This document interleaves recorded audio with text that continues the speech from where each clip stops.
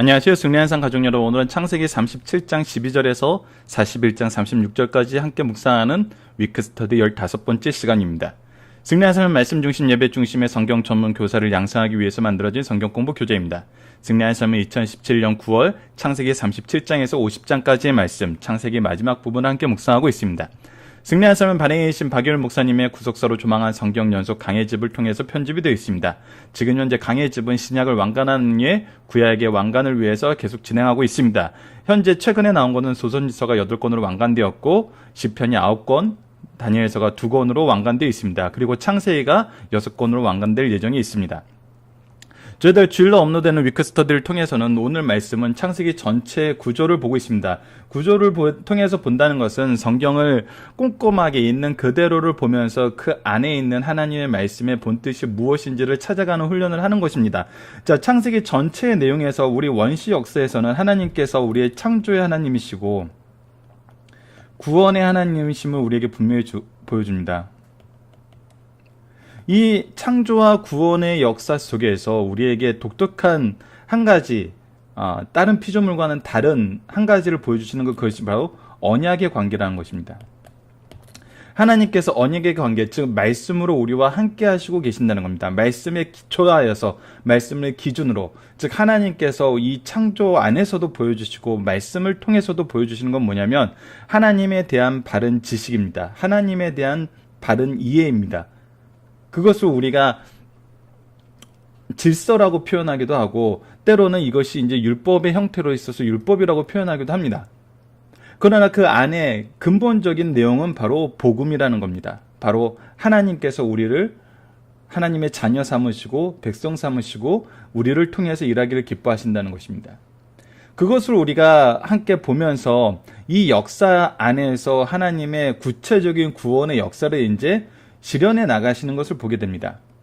즉 창세기 3장 15절에서 최초의 이 복음을 어떻게 구체적으로 실현해 나가는지 이제 족장의 역사를 통해서 보여줍니다.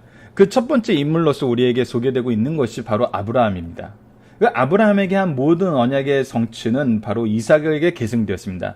이삭을 통해서 계승된 하나님의 약속은 야곱을 통해서 계승되게 되는 것을 우리가 지난달 말씀을 통해서 충분히 살펴봤습니다. 그리고 이것이 이제 요셉의 역사의 성취로, 요셉을 통한 언약의 성취로 이어지게 됩니다. 자, 우리가 야곱과 요셉의 역사에서 분명하게 차이가 나는 한 특징은 이 성경 말씀이 예수님을 예표하면서 예수님을 향한 이 구원의 복음이 어떻게 우리에게 적용되는지를 보여주는 어떤 예표적인 기능도 있다 그랬는데, 야곱은 인간을 예표한다면 요셉은 바로 예수님의 사역을 예표하는 걸 볼 수 있습니다. 그래서 도입 부분에서 요셉의 역사의 시작이 우리에게 어떻게 소개되었냐면 바로 하나님께서 요셉을 역사의 중심으로 선택하시고 무엇을 선포하게 하셨다? 하나님의 구원의 계획을 선포하게 하셨다. 그래서 우리가 지난주 금요일날 말씀을 통해서 요셉의 꿈은 우리가 계속 잘못 선입견을 가지고 요셉의 꿈 하니까 우리가 꿈은 우리가 꾸는 것이고 꿈은 우리가 원하는 것이고 우리가 바라는 것이기 때문에 기도해서 우리의 이 꿈을 성취하도록 하자, 이렇게 좀 잘못 해석된 교훈들이 너무나 많이 나타나고 특히 아이들 교재에 이런 부분이 굉장히 많이 제시되고 있어서 이 부분을 정말 성경 내용을 그대로 한번 보자 해서 우리가 봤던 것은 무엇이냐면 요셉은 하나님의 언약을 계승하기를 기뻐하는 아들이었고 그의 형들과는 달리 야곱은 이것을 기뻐하였고 그래서 그를 언약의 계승자로 세웠고 하나님께서는 요셉을 통해서 구원의 역사를 성취하시기 위해서 요셉에게 하나님의 구원의 계획을 꿈꾸게 하셨고 그 구원의 계획의 방법이 무엇이냐면 바로 요셉을 그들의 주권자로 왕으로 삼는 거였다는 거예요. 마치 하나님께서 우리를 구원하시기 위해서 예수님 우리의 왕으로, 우리의 통치자로, 우리의 구원자로 세우신 것처럼 요셉을 통해서 하나님은 하나님의 구원의 계획을 성취하시길 계획하시고 그것을 선포하셨다는 거예요. 우리가 예수님에 대해서 구약의 성경이 계속적으로 선포하는 것처럼 하나님께서도 요셉의 입술을 통해서 이것을 직접 선포하게 하셨다는 거예요. 그래서 그가 두 번째 꿈을 꿀 때 인간적인 표현으로, 인간적인 해석으로 우리가 왜 형들이 그렇게 미워하고 형들이 그렇게 싫어하는데 왜 끊임없이 이 꿈의 얘기를 하느냐? 이거 요셉이 오히려 너무나 인간적으로 예의가 없는 거 아니냐? 이렇게 잘못 해석하는 사람도 있다는 거예요. 그러나 우리가 성경을 통해서 계속 확인할 수 있는 것은 무엇이냐면 하나님의 말씀은 선포되어야 한다는 것입니다. 하나님의 계획은 선포되어야 된다는 것입니다. 왜? 그랬을 때 그 계획과 그 언약이 성취됨을 통해서 하나님의 일하심을 바로 알 수 있기 때문입니다. 그래서 우리가 요셉은 선지자로서 그 말씀을 선포한 것으로 봐야 된다는 것입니다. 이것에 대한 증거를 성경에서 어디서 보여주냐면 바로 사도행전 7장의 스데반의 설교를 통해서 보여준다는 겁니다. 요셉은 하나님이 보내신 사람의 모습이었어요. 하나님의 뜻을, 하나님의 구원의 계획을 선포하는 사람의 모습이었어요. 그러나 형들은 그것을 시기하고 거부하였어요. 이스라엘 역사는 바로 이것을 거부하는 역사였다는 것이 스데반의 설교의 핵심이었습니다. 그 거부의 역사가 누구의 끝까지 이어졌어요? 바로 하나님의 독생자이신 예수 그리스도까지 거부하는 데 이르렀기 때문에 우리가 회개하고 속히 이 복음을 받아들여야 되는 것이 스데반의 설교의 핵심이었습니다. 그렇기 때문에 우리가 분명하게 볼 수 있는 것은 요셉은 선지자로서 이 일을 선포하는 사람이었고 이 일에 하나님께서 선택하신 구속사의 일꾼이었다는 것입니다. 그런데 왜 우리가 요셉의 역사를 예수 그리스도를 예표하느냐라고 얘기하냐면 야곱과 요셉은 둘 다 고난의 역사였어요. 근데 야곱은 정말 그의 죄로 인한 결과로 고난을 받는, 그래서 그 죄의 결과, 죄의 문제 해결을 누구를 의지해야 되냐면 하나님을 의지해야 됐어요. 하나님의 언약을 의지해야 됐어요.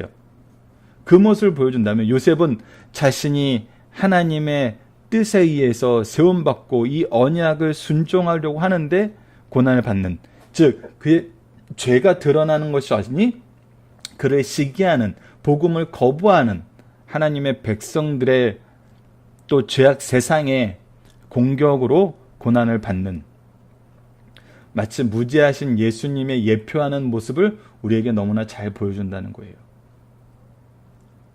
자, 그래서 우리가 요셉의 역사를 통해서 예수 그리스도의 역사를 볼 수 있다는 겁니다. 자, 이번 주에 우리가 말씀을 상고하는 것이 바로 41장까지입니다. 41장 이후에 넘어서의 모습에서도 그것이 잘 나타나는데 요셉의 역사의 시작은 하나님의 구속사의 계획에 의해서 시작된 것을 보여주고 야곱이 요셉의 죽음을 애도하는 데에서는 사람들의 거짓과 사람들의 거부의 역사가 정말 굉장히 잘 드러나요. 우리가 내일 본문으로 함께 상고할 부분인데 우리가 저 녀석을 죽이면은 어떻게 그의 꿈이 성취되나 한번 봅시다. 그러니까 우리의 거부와 우리의 어떤 폭력과 우리의 능력이 하나님의 역사를 막는다는데 그래도 하나님의 역사가 일어나는지 한번 봅시다. 그들이 하나님의 계획을 얼마나 싫어하고 있는지를 보여줘요. 우리 인간이 하나님의 계획을 얼마나 싫어했는지를 보여줘요. 그리고 그 안에서 실질적으로 이거에 대한 핍박과 죄악이 드러나게 됩니다.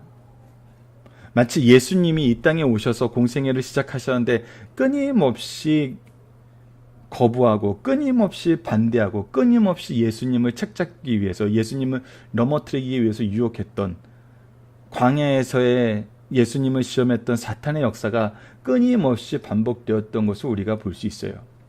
그것이 요셉의 모습에서도 보여줍니다.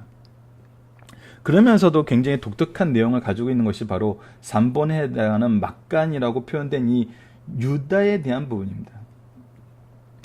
유다에 대한 부분을 통해서 하나님의 구원의 역사가 이 유다에게 어떻게 해서 계승되고 무엇이 계승되는지를 보여줘요. 그리고 이 구속사의 계승이 정말 하나님의 은혜이고 하나님의 뜻 안에 있다는 것을 보여줘요.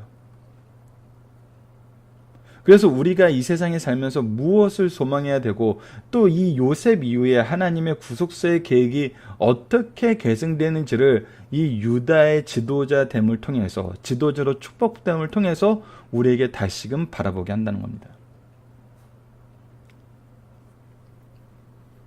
그리고 나서 이제 요셉이 애굽에서 노예됨의 생활을 보여줘요. 세상 속에서 그의 모습이 다 드러나요. 이 세상 속에서 그의 모습이 드러나는 걸 통해서 바로의 총리가 되는 요셉의 모습을 보여줄 때 하나님께서 우리에게 정확하게 보여주시는 건 뭐냐면, 이 세상 모든 주권이 하나님한테 있고 하나님께서 그의 종을, 그의 사자를, 그의 선지자를, 그의 구속사의 능력 있는 일꾼을 어떻게 하나님께서 역사의 무대에 등장시키시는지 하나님의 독특한 방법, 하나님의 주권적 방법을 우리에게 분명히 보게 한다는 것입니다. 그래서 모든 것이 하나님의 주권하에 있고 인간의 계략과 인간의 시기와 인간의 범죄가 무엇을 막을 수 없다? 하나님의 구원의 계획을 막을 수 없다는 것을 우리에게 분명히 보여줍니다.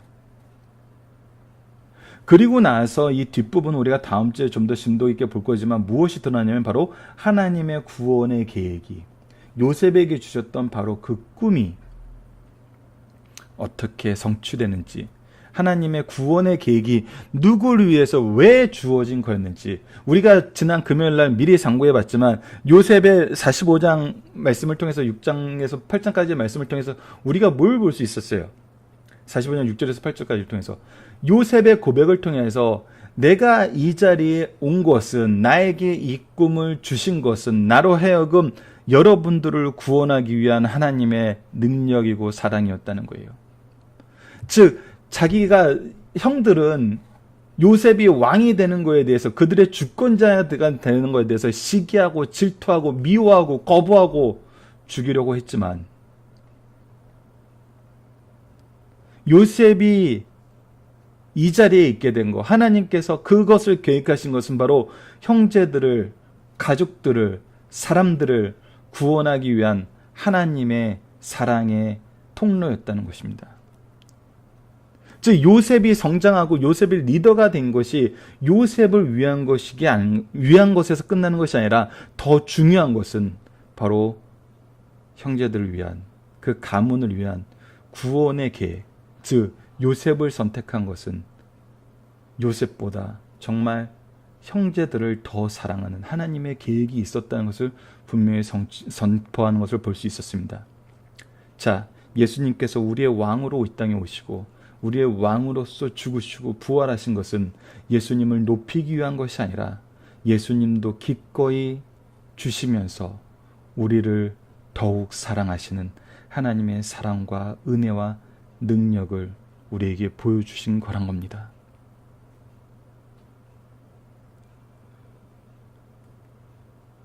이것을 깨달았을 때, 스데반의 설교를 듣고 이것을 깨달았을 때,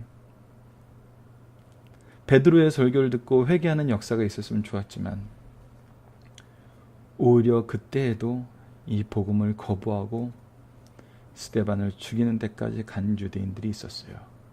그 자리에 누가 있었죠? 사도 바울도 있었어요. 우리가 사도행전을 통해서 사도 바울에게 나타난 하나님의 은혜를 볼 때 하나님이 얼마나 꼼꼼하게 우리를 부르고 계셨고 우리를 선택하셔서 이끄시는지를 우리는 사도 바울을 통해서 확인할 수 있었어요. 정말 7장의 말씀을 통해, 사도행전 7장의 말씀을 통해서 사도 바울의 회심의 역사를 통해서 보여나고, 에베소서에서 그가 창세전부터 우리를 사랑하신 하나님의 은혜로 말미암아라는 고백을 하는 것을 통해서 우리는 무엇을 볼 수 있냐면, 하나님께서 창세전부터 우리를 선택하시고 우리를 위한 이 구속사의 역사를 정말 지금까지 이끌어 나가고 계신다는 거. 그래서 이 시대에 사는 사람이 정말 더 풍성하고 더 은혜로운 하나님의 구원의 계획을, 구원의 은혜를 경험할 수밖에 없다는 거 우리에게 보여주고 있습니다. 그리고 우리에게 주어진 이 은혜는 또한 누군가에게, 아브라함의 언약이 이삭에게, 이삭의 언약이 야곱에게, 야곱의 언약이 요셉을 통해서 꽃피우는 것처럼, 그리고 이 계획이 유다 가문을 통해서 오실 예수 그리스도의 이 복음으로 계속 계승되는 것처럼 우리에게 주신 이 은혜도 누군가를 구원하시기 위한 하나님의 준비하심 속에서 우리가 그 통로가 되고 우리가 그 일을 선포하는 선지자요, 그 일을 정말 그 일 안에서 그들의 죄를 위해서 애통하는 제사장이요, 또 이 의를 선언하고 실천하는 왕으로서의 모습으로 살고 있다는 것을 우리가 확인하고 그것을 바라보고 그 안에 순종하며 겸손히 나아가는 승리한 삶 가족 여러분이 되어야 될 것입니다. 자, 저희들 계속적으로 구속사적인 관점에서 이 말씀을 살펴보고 있습니다. 이 구속사의 도표는 조금 변경이 있을 거예요. 조금 더 추가적인 부분이 이제 또 정리가 돼서 이 부분 우리가 또 나누게 될 거고요. 여러분들 이번 주 말씀을 통해서 우리가 하나님의 뜻은 어떻게 성취되는가 통해서 하나님의 주권을 보게 됩니다. 이 주권 신앙이 굉장히 중요합니다. 하나님의 주권을 인정하고 의지하는 삶, 그리고 이것이 이 세상에서 어떻게 나타나는지를 확인하는 삶은 굉장히 중요합니다. 이것을 우리가 함께 묵상하는 이번 일주일 되길 원하고, 또 저희들이 더욱더 특별히 부탁하고 싶은 것은 이번 승리한 삶 이 앞부분에 주간이신 김천수 목사님의 구조를 우리가 창세기 서론에 대해서 지난 수개월 동안 이미 함께 묵상하기 때문에 이번엔 전체 구조에 대해서 쭉 노는데 중간중간에 이 여백을 만들어 놨어요. 그 여백에 여러분들께서 말씀의 내용을 채우시든지 핵심 구조를 채우시든지 하셔서 전체 창세기 전체 내용을 통해서 우리에게 주시고자 하시는 하나님의 뜻이 무엇인지 다시 한번 이 역사의 도표를 한번 만들어 보시기 바랍니다. 말씀의 도표를 한번 만들어 보시기 바랍니다.